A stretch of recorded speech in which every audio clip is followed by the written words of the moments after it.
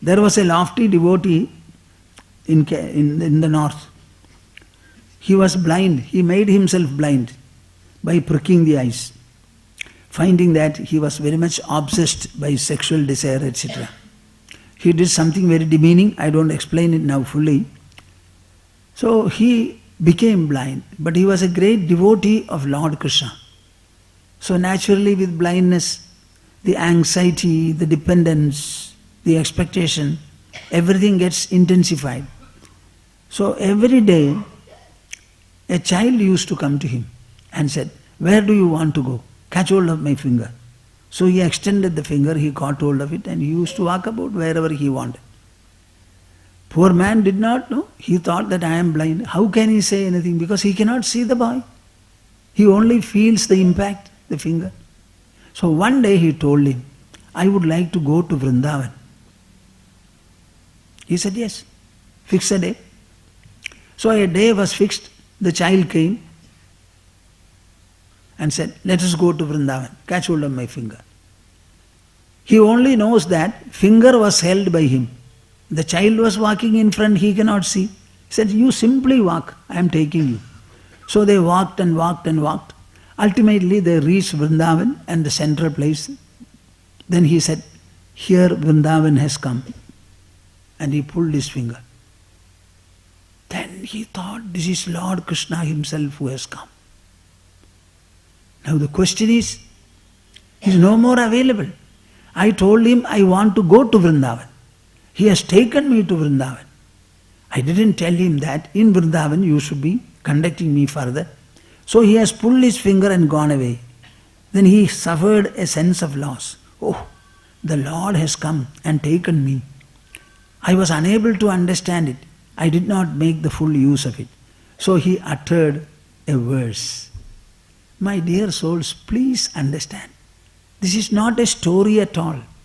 This is a fact, a reality, an instance that has taken place in this most blessed and fortunate land God has created. Hastam utshipya yatosi belat Krishna kim adbhutam hridayad yadi niryasi paurusham ganayami te. Hastam utshipya yatosi belat Krishna kim adbhutam hridayad yadi niryasi paurusham ganayami te. My dear Krishna, what have you done? I am a blind man. I cannot see anything. So you came and said, I am here, catch hold of my finger. I caught hold of, very innocently. Now you have pulled it. Are you standing near me? Will you be available anymore? Nothing I can know. I am blind. So to pull your finger from my hold, oh, don't think that this is great heroism or valor. Hastam utshipya yadosi. Higgling out of my hold, you are perhaps walking, going away. Belat Krishna ki madbhudam. Because I am a blind man, I will not be able to trace you and hold you. So to escape the blind man's hold, it is very, very easy. Hridayad yadi niryasi. Suppose you are able to get out of my heart, paurusham ganayamite. I will consider that to be heroism and valor. Just see, are you able to relate? थोड़ा सुनिए ना, क्या सुन रहे हैं? स्वामी जी ने कहा, हमने सुना, थोड़ा हंसा बस. See, this is what you have to adopt. This is the attitude towards God. Just see the manner in which the blind man was uttering. Hastam utshipya yadosi. Higgling out of my fist, you are running away. Is it anything? Belat Krishna ki madbhudam. There is no surprise or wonder in this. In the same manner, can you get out of my heart? Their blindness is not affecting there. I have tied you up in my heart, and can you escape? If you can escape, I will consider that, oh, you are valorous, you are clever, you are adventurous. This is how God realization comes to you. It is never a sensory process. It is never a physical fruition or outcome. Hridayat yadi niriyasi paurusham ganayamite. We have got three kinds of experience. One is called pratyaksha, another is called paroksha, the third is called aparoksha. The pratyaksha is the one where senses are employed. In paroksha, they are above the senses. No sensory organ will be employed. Only the mind and the intelligence will be employed. This is what the judges do in the court every day. They hear and they see. They hear and they see. And finally they come to a conclusion. The conclusion is arrived at on the basis of the facts and phenomena presented before them, and they have themselves heard and seen. But the conclusion they arrive at, it is not by the senses. It is employing the mind and intelligence. This is called paroksha, because it is above the senses. Then there is a third knowledge called aparoksha, where neither the pratyaksha senses nor the paroksha mind and intelligence are employed. It is so much so a kind of a suspension of the sensory activity and the internal mento-intellectual activity. Yato vacho nivartante aprapya manasa saha. Yato vacho nivartante. From where words recoil along with the mind, unable to reach, unable to explain. Yato vacho nivartante aprapya manasa saha. Along with the mind and the intelligence, the words recoil. They are not able to explain. So this is something that you have to close your eyes, sit, reflect upon. Ultimately, even the reflecting process will have to subside, submerge, and then what remains and endures, that is the truth. Shall I say a little more? Huh? Param paurushamashritya. This is from Yoga Vasishtha Ramayana. Param paurushamashritya nitva chittam ajittatam tam mahapadavi mehi yatra nasi najedharad. You know, when I read this verse, I don't know where I read it. Either in my pre-sannyasa life in Calcutta or soon afterwards. Param paurushamashritya. We are using our ingenuity, our power, our will, everything we are using, but only for the sensory world, external purposes. It is an objective application of our inner will. Now you must learn to use the inner will within yourself. Exercise your will to handle the mind, reform the mind, refine the mind, to qualitatively enrich, empower, beautify, ornament your mind, to change the structure of the mind. If you are given to bad and ignoble thoughts, this situation should change, this character should change, and the mind should start always reveling in noble and benevolent thoughts. How am I able to speak? I don't prepare so much. I simply come and speak. You know, I am the first hearer of what I speak. I am not a speaker, but I am a hearer. Because I don't know what I will speak. From where are they coming? I don't know. From the mouth only words are coming. But the words have to represent ideas, propositions, goals, values, statements, many things. So idea formation is there. Where are the ideas formed? How do I know? I don't know. And the formed ideas will have to be transmitted to the vocal system.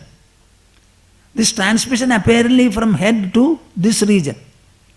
Srimad Bhagavata would say, ideas are formed, they don't have any audibility there. Now from the head along with the prana, it goes up to the bottom of the spinal cord. And from there it comes back. And the first visible movement to produce the sound is seen in the abdomen. Para, Pashyanti, Madhyama, Vaikari. These are the 4 levels of sound. It is initially invisible, inaudible, insensible, unsensible. And in the lower level, in the abdomen, the first movement is there. And then the movement becomes more pronounced. And when it comes to the Kantha level, then it becomes Vaikari, audible sound. You tell me, am I conscious of these processes? Boliye na. Is anybody conscious? Huh? Then how can I say I am a speaker? I am not a speaker, but I can maximum say I am the first listener of the words that come out of my mouth. So I have no question of any ego or possessiveness about what I speak. This is an area which can never be approached with ego. This can be approached only by innocence. Shankara says, Panditya Balya Maunakhyani Sadhanani Sadhayitavyani. Panditya, you must have sufficient knowledge of the scriptures, that is better. Balya, you must have the childlike innocence. Mauna, given to sitting and practicing Nirvikalpa Samadhi. These are the 3 elements in the whole process. Panditya, Balya, Mauna, Akhyani, Sadhanani, Sadhayidavyani. This is what I read in my Calcutta days. And ever since I read them, it was with me. Panditya Balya Mauna Akhyani Sadhanani Sadhayidavyani. Panditya. Read the books, read the scriptures if you can, or at least listen to them. Ample suggestions, ample corrections, ample revelations. Everything is there. People do not read. Even if they read, they miss.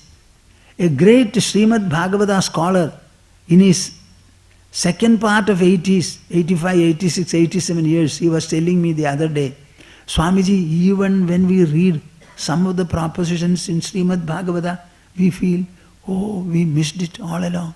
We did not know. This is there, this is there. So much is there. It is enough if you read minimum. Read less and think more. Think less and become more. Param Paurushama Ashritya. Use the supreme Paurusha, inlying power in you. And then what should you do? Nitva chittamachittatam. Lead your mind. Are you following me? I doubt. At least you are hearing me very good. Lead the mind. Lead the mind to a state of mind freeness. Yeah? What are we doing? We are applying the mind externally.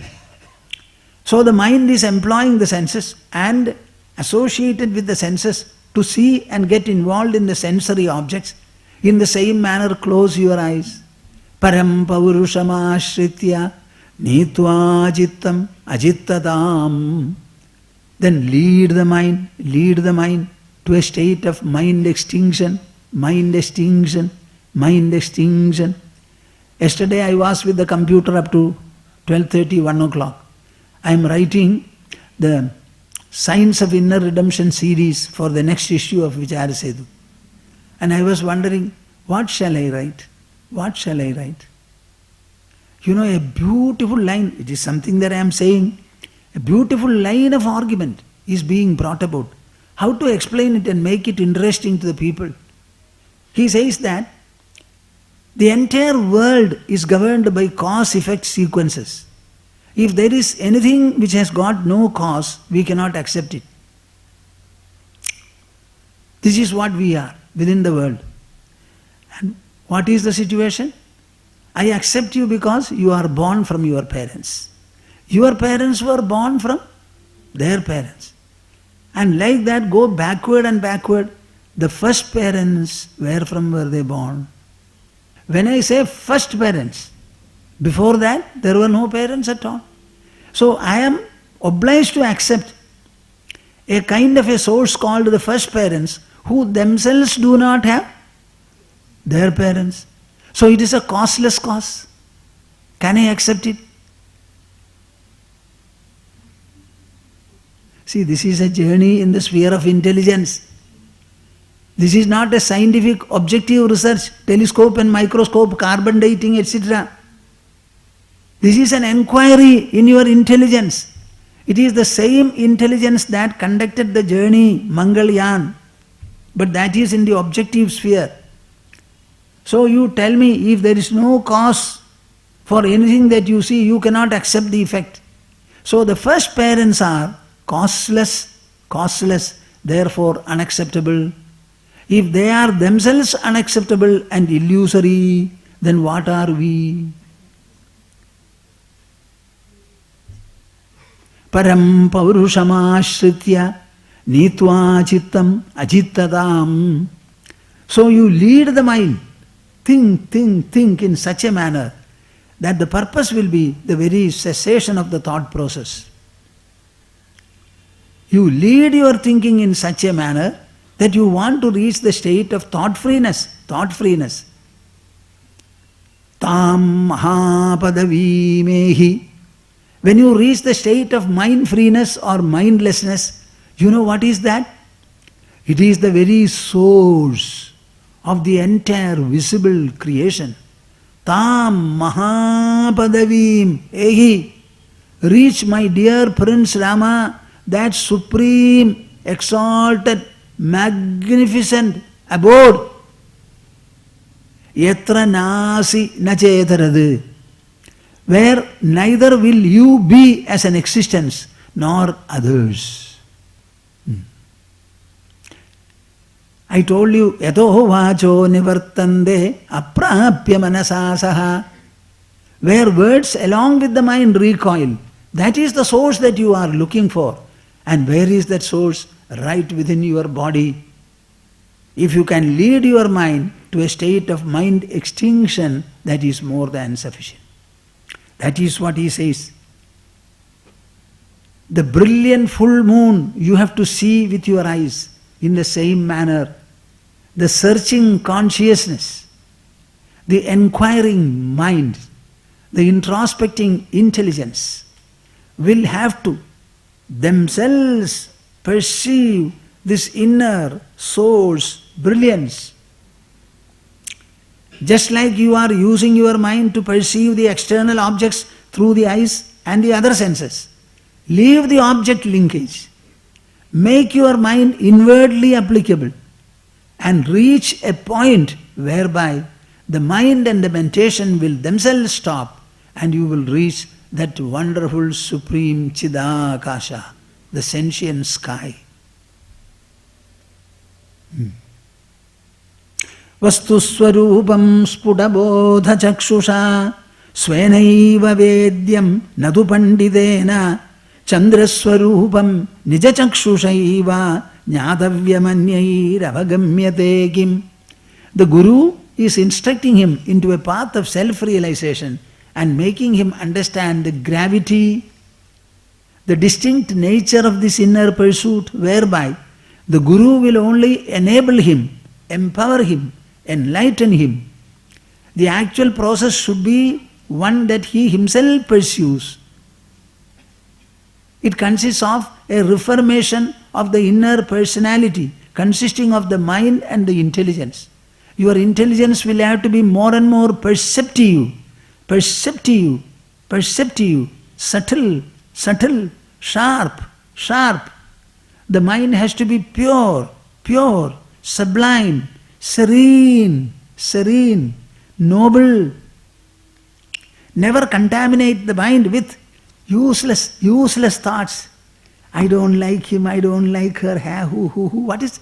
We have nothing else to do. What nonsense is this? You are making your mind what? Worse than a cremation ground? What nonsense is this? Why don't we think in a nice, beautiful, nice manner? What else do we want? Every day is available for you to reform your mind. Every day should be a fresh beginning. And by the end you must have reformed your mind. Externally you may have lost, you may have gained, many things might have happened. Internally and mentally, every day should be an enriching day, a ennobling day, elevating day, enlightening day, fulfilling day.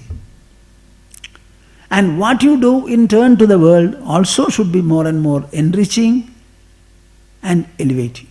Kartavyamasti namameha na kinchideva sthadavyamityadimanaha bhuvi samstitosmi samshantaya sadada supta dhiyaiva vritya karyam karomi nacha kinchidaham karomi karyam karomi nacha kinchidaham karomi. Harihi Om, Harihi Om. I did not tell you to take the pose interlocking your fingers, closing the eyes and sitting erect comfortably, etc. Do it.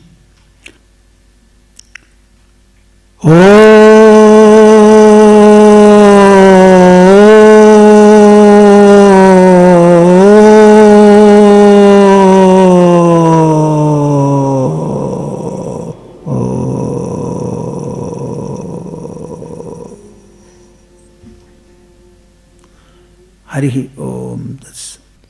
First श्लोक of विवेक चूड़ामणि. हमारे पीछे पीछे दोहराइए आप भी. सर्व वेदांत सिद्धांत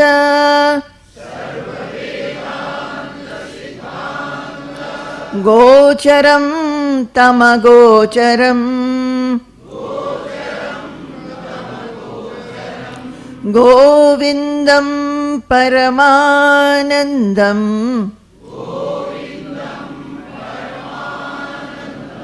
सद्गुरुं प्रणतोऽस्म्यहम्.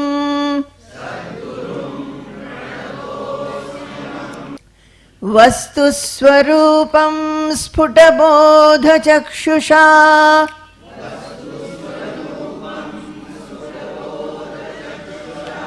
स्वेनैव वेद्यं न तु पण्डितेन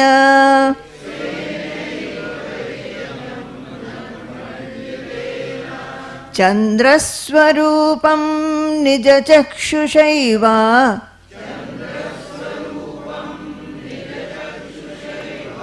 ज्ञातव्यमन्यैरवगम्यते किम्.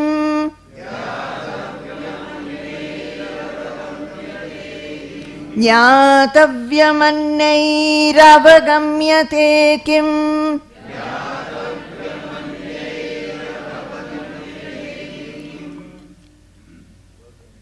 The point that was emphasized yesterday on the basis of the sloka you chanted now is that in human life there is something very distinctly, something is there very distinctly. That is realization of the truth. The realization of the truth is the same as realizing the self, realizing God. There is something very distinct. Never make a mistake about it. In the matter of realizing this truth, a person by himself will not be able to struggle and complete his process. We have the illustrious instance of Ramakrishna Dev, who was a priest by birth, who was doing puja, but who became an earnest devotee. Priests need not be devotees. A devotee is one who has a fondness from his heart towards God. That fondness is the important point. You may rely upon God, you may regard God, you may accept Him, you may fear Him, you may honor Him. All this does not mean being fond of Him. You know, people are fond of so many other things. Many are fond of cricket, football. Many are fond of children. Many are fond of money, betting. So many things. But they are not fond of God. When you have fondness for God, all the formality and routines and regulations will stop. It will become a matter of your own heart. Wherever the heart is, whatever it does, the fondness will grace it, will be a constant associate of it. Ramakrishna Dev developed this fondness that made him entirely different from all the rest, particularly priests. It became a sadhana for him. In addition to the priestcraft that he was performing or doing every day, it became a point of sadhana for him. And when he took up the sadhana, it is dealing with a different product. See, you are employing the mind, employing the intelligence. We are being taught progressively in educational institutions. What for? To apply our mind and intelligence to any given task with knowledge, with enlightenment. But when you enter into the sphere of spirituality, it is altogether different.